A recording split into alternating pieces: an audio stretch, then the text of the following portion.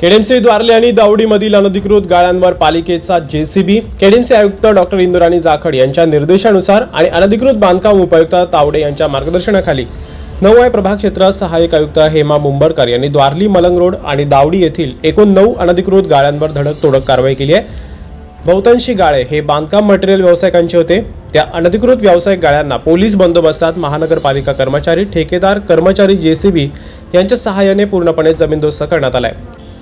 27 गावं पालिकेत समाविष्ट झाल्यानंतर अनधिकृत कामांवर अंकुश ठेवण्यासाठी पालिका अधिकाऱ्यांसाठी मोठी कसरत बनली आहे।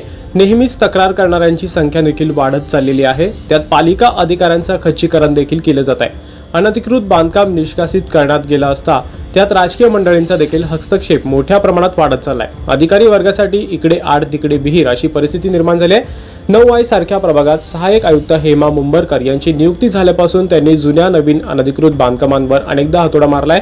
धडक कारवाई करणे त्याची कार्यप्रणाली असून तक्रारदार आणि अनधिकृत बांधकाम वाचवण्यासाठी येणारी मंडळी यांच्या कचाट्यात मानसिक तणावाखाली आता अधिकारी वर्गाला काम करावं लागतंय। हे कल्याण डोंबिवलीकरांचं दुर्दैव आहे। काही सुपारीबाज तक्रारदारांमुळे अधिकारी वर्गाचं खच्चीकरण वाढल्याचं चित्र सध्या कल्याण डोंबिवली महानगरपालिकेत दिसतंय। शरद शिंदे, आदिराज मीडिया, कल्याण।